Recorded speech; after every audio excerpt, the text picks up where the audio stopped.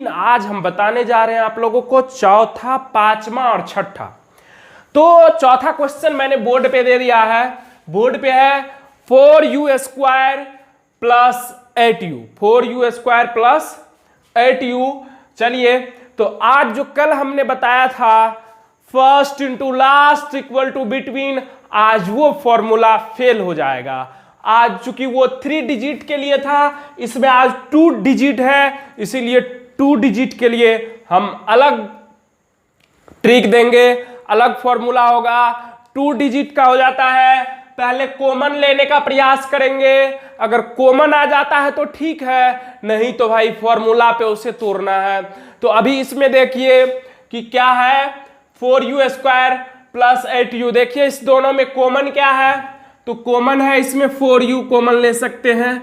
चलिए, पहले चूंकि 2 डिजिट वाला का क्या होता है रूल्स, पहले कॉमन लेंगे। अगर कॉमन कुछ भी नहीं आ रहा है तब क्या करेंगे, फॉर्मूला पे तोड़ेंगे। इसीलिए अभी हम पहले कॉमन ले रहे हैं, तो कॉमन तो आ रहा है तो मैं इजी वे में कॉमन ले सकता हूं। तो चलिए, इस दोनों में कॉमन क्या है, 4u कॉमन है, तो क्या हो जाएगा, 4u आ गया, तो u प्लस 2 बचेगा। चलिए, तो एक हो जाएगा u प्लस 2। अब देखिए इसका जब जीरो फाइंड करेंगे, तो जीरोज फाइंड करेंगे तो देख लीजिए क्या हो जाएगा, 4u इक्वल टू 0। चूंकि इसके साथ तो कुछ है नहीं, अकेला ही है, तो इसीलिए 4u इक्वल टू 0। तो u इक्वल टू क्या हो जाएगा, 0/4। ठीक है, मतलब u इक्वल टू हो जाएगा 0। फिर देख लीजिए x प्लस 2 इक्वल टू 0। इससे आगे तो नहीं होता ना, इसीलिए यहां से आप क्या करें, 0 डाल के जीरोज फाइंड करेंगे। तो चलिए देख लीजिए फिर क्या है, x इक्वल टू प्लस में 2 है, उस साइड जाएगा, -2 हो गया। तो हमने जीरोज फाइंड कर लिया है।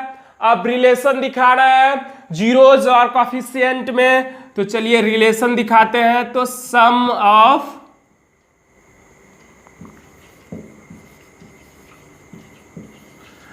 ऑफ जीरोज, तो क्या हो जाएगा, तो सम ऑफ जीरोज मतलब जीरोज कौन कौन है भाई, एक अल्फा होता है, एक बीटा होता है। यहां है एक अल्फा और बीटा, तो क्या हो जाएगा, अल्फा प्लस बीटा बराबर -b/a।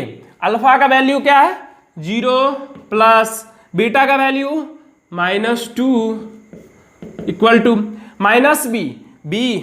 ये a है, ये b है, ठीक है, तो b है, तो b क्या हो जाएगा, 8 हो जाएगा, -8/a। का वैल्यू क्या है, 4 है, तो 4 है। देख लीजिए क्या हो जाएगा, -2, 4 2 जा 8, -2 इक्वल टू -2। मतलब ये देखिए दोनों इक्वल हो गए। अब क्या करेंगे, product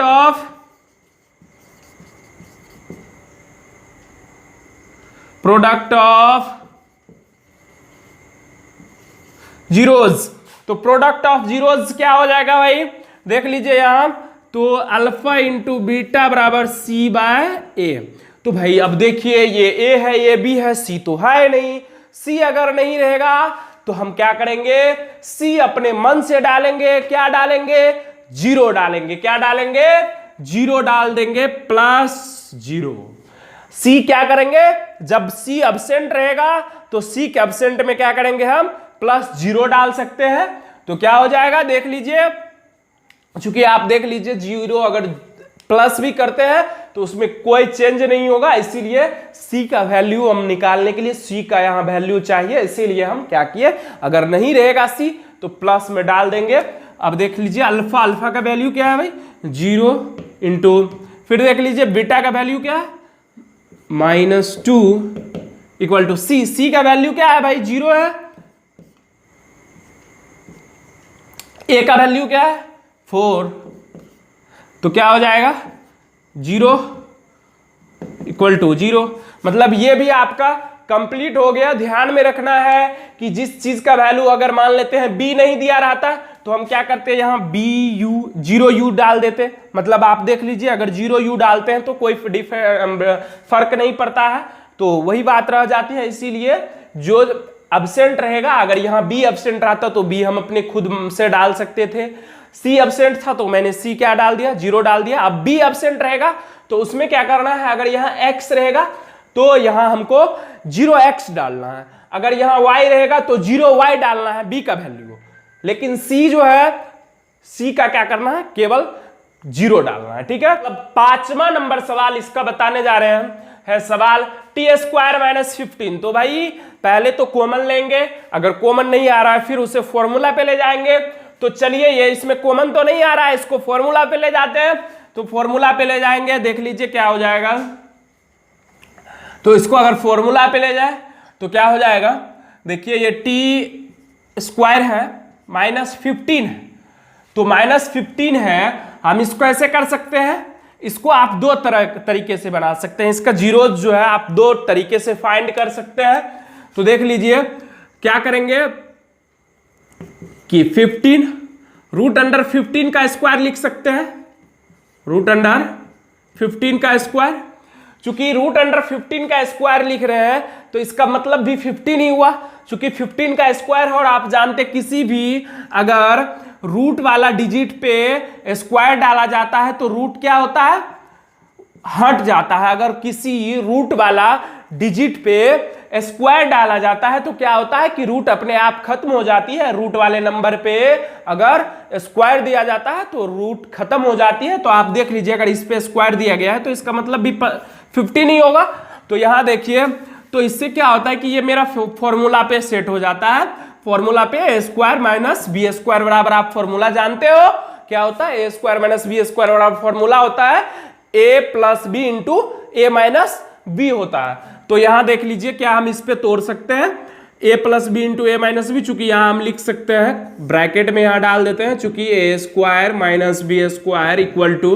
a + b × a - b होता है। क्या होता है, ये मैंने लिख दिया आपके समझने के लिए। चलिए अब इस पे इसको तोड़ेंगे तो क्या हो जाएगा, a + b मतलब t + √15 × t - √15, ये हो गया। अब चलिए इसका क्या करेंगे, 0 डाल के जीरोज फाइंड करेंगे। तो क्या हो जाएगा, t + 15 = 0, t = क्या हो जाएगा, t = क्या हो जाएगा, इस साइड प्लस है √15, उस साइड जाएगा -√15 हो जाएगा। चलिए फिर क्या हो जाएगा, t - √15 = 0। तो देख लीजिए t - √15 = 0, तो t क्या हो जाएगा, t = 15 हो जाएगा, t = 15। तो हम जीरोज फाइंड कर लिए हैं, जीरोज फाइंड कर लिए हैं। उसके बाद अब क्या करेंगे, इसको हम बोले थे कि अभी आप लोगों को दो तरीका से बना सकते हैं। तो दो तरीका से वैल्यू ज्ञात करने के लिए चलिए पहले अभी एक तरीका से बताते हैं, फिर नेक्स्ट टाइम दूसरी तरीका से बताएंगे। तो हम जीरोज फाइंड कर लिए हैं। अब जीरोज जब फाइंड कर लिए हैं तो इसका जो क्या करना है, रिलेशनशिप दिखाना है। तो sum of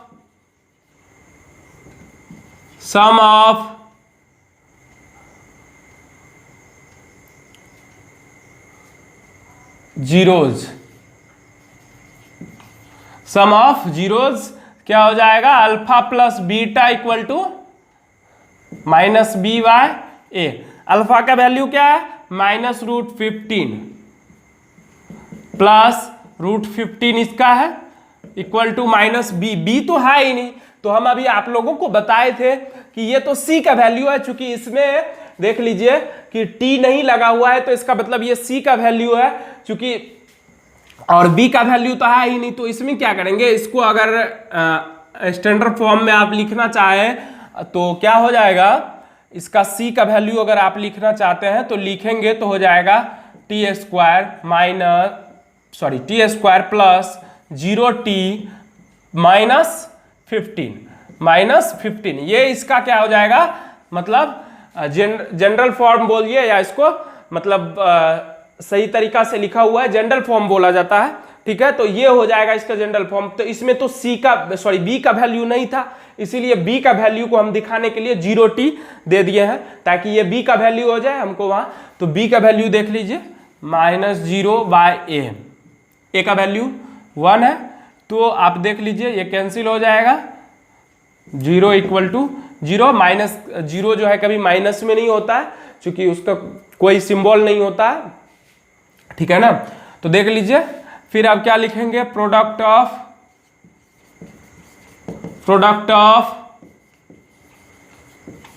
zeros. Product of zeros क्या हो जाएगा, अल्फा इंटू बीटा = c/a। तो क्या हो जाएगा देख लीजिए, -√15 इंटू √15 = c का वैल्यू क्या है, c का वैल्यू -15 है, 1 है, तो कुछ भी नहीं। इसको भी आप मल्टीप्लाई करेंगे, क्या हो जाएगा 15 = माइनस होगा, -15 = -15, ये भी हो गया। तो इस तरीका से आप इसका देख लीजिए किस फॉर्म में करेंगे। अगर बी का वैल्यू नहीं दिया हुआ रहेगा तो अपने मन से लिखना होगा, जो कि आप लिख सकते हैं। इस तरीका से आपका ये भी कंप्लीट हो गया। तो चलिए अब नेक्स्ट सवाल मेरे बोर्ड पे आ चुकी है। नेक्स्ट सवाल जो है 3x² - x - 4 है। तो चलिए अब देखते हैं क्या होता है। तो फिर इसको ये 3 डिजिट में है, तो मैंने 3 डिजिट का क्या फॉर्मूला बताया है, क्या ट्रिक बताया है, first into last equal to between, first into last equal to between पे ले जाना है। तो फर्स्ट इंटू लास्ट 3 4 जा 12 इक्वल टू बिटवीन, यहां कुछ नहीं है तो 1 है, 1 लाना है। तो देख लीजिए 3 4 जा क्या हो जाएगा 12। अब देखिए हमको माइनस में 1 लाना है, इसको माइनस डालेंगे, इसको प्लस डालेंगे, ठीक है। तो आप देख लीजिए माइनस प्लस माइनस मतलब 4 में से 3 जाएगा, -1 हो रहा है, तो क्या हो जाएगा 3x² + 3x - 4x - 4। अब क्या करेंगे, इस दोनों में कॉमन आ रहा है भाई, 3x कॉमन ले लिए तो बच जाएगा x + 1 - 4 कॉमन ले लेंगे, x + 1। अब कहेंगे कि भाई सर यहाँ तो माइनस है, आप प्लस कैसे हो गया। तो आपको पता होना चाहिए कि जब भी ब्रैकेट के बाहर क्या होती है कि माइनस का सिंबल होता है, तो ब्रैकेट के अंदर का सिंबल चेंज हो जाता है, मतलब प्लस तो माइनस और माइनस तो प्लस हो जाता है। चलिए, तो इसीलिए यहां सिंबल माइनस था तो प्लस हो जाएगा, क्योंकि ब्रैकेट के पहले माइनस का चिन्ह है। तो अब देखिए आप जानते हैं कि जीरो जब भी फाइंड कर रहे हैं आप, दोनों ब्रैकेट अगर सेम आ गया, सेम ब्रैकेट आ गया, तो मतलब समझिए आपका जो जीरोज फाइंड कर रहे हैं वो पूरे कंप्लीट है, अच्छा है, मतलब आपका कहीं भी गलत नहीं है। तो देखिए मेरा भी दोनों ब्रैकेट इक्वल आ गया, मतलब मेरा जीरोज फाइंड करने का जो तरीका है, और मैं कहीं भी गलती नहीं किया हूं क्योंकि मेरा दोनों ब्रैकेट इक्वल है। तो चलिए इस दोनों ब्रैकेट में से किसी एक को लिख देते हैं और उसके बाद फिर चलते हैं 3x - 4। चलिए अब इसका जीरोज डाल के जीरोज फाइंड करेंगे। x + 1 = 0। तो चलिए जीरो डाल के जीरोज फाइंड करते हैं। x + 1 = 0, x = -1, और फिर हो जाएगा 3x - 4 = 0, 3x = 4, x = 4/3। तो मैंने जीरोज फाइंड कर लिया। अब चलते हैं इसका क्या करते हैं, रिलेशनशिप सम ऑफ जीरोज। तो सम ऑफ जीरोज क्या हो जाएगा देख लीजिए। तो अल्फा + बीटा = -b/a। अल्फा का वैल्यू क्या है -1 है, प्लस बीटा का वैल्यू क्या है, बीटा का वैल्यू 4/3 है। चलिए इक्वल टू माइनस बी का वैल्यू 1 है, तो -1 = a 3 है। तो देख लीजिए इसके बाय में कुछ नहीं है, 1 डाल सकते हैं, मतलब इसका एलसीएम लीजिएगा 3 हो जाएगा, और 3 हो जाएगा तो -3 हो जाएगा, +4 हो जाएगा, इक्वल टू क्या हो जाएगा 1/3। इसको भी आप क्या करेंगे घटाएंगे, देख लीजिएगा, तो माइनस प्लस माइनस हो जाएगा, 1/3 = 1/3। अब चलिए product of zeros,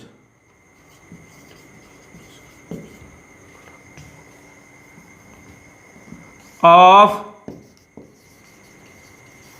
zeros, product of zeros alpha into beta equal to C by A. Alpha का वैल्यू क्या है भाई, -1 इंटू 4/3 इक्वल टू सी का वैल्यू क्या है, -4 है, -4। ए का वैल्यू क्या है भाई, ए का वैल्यू 3 है। अब देख लीजिए इसको, -4/3 इक्वल टू -4/3, मतलब देख लीजिए कि आप ये भी इक्वल आ गया, ये भी इक्वल आ गया। इस तरीका से जीरोज फाइंड करने के लिए आप एक बहुत ही अच्छी तरीका से मैंने बताया।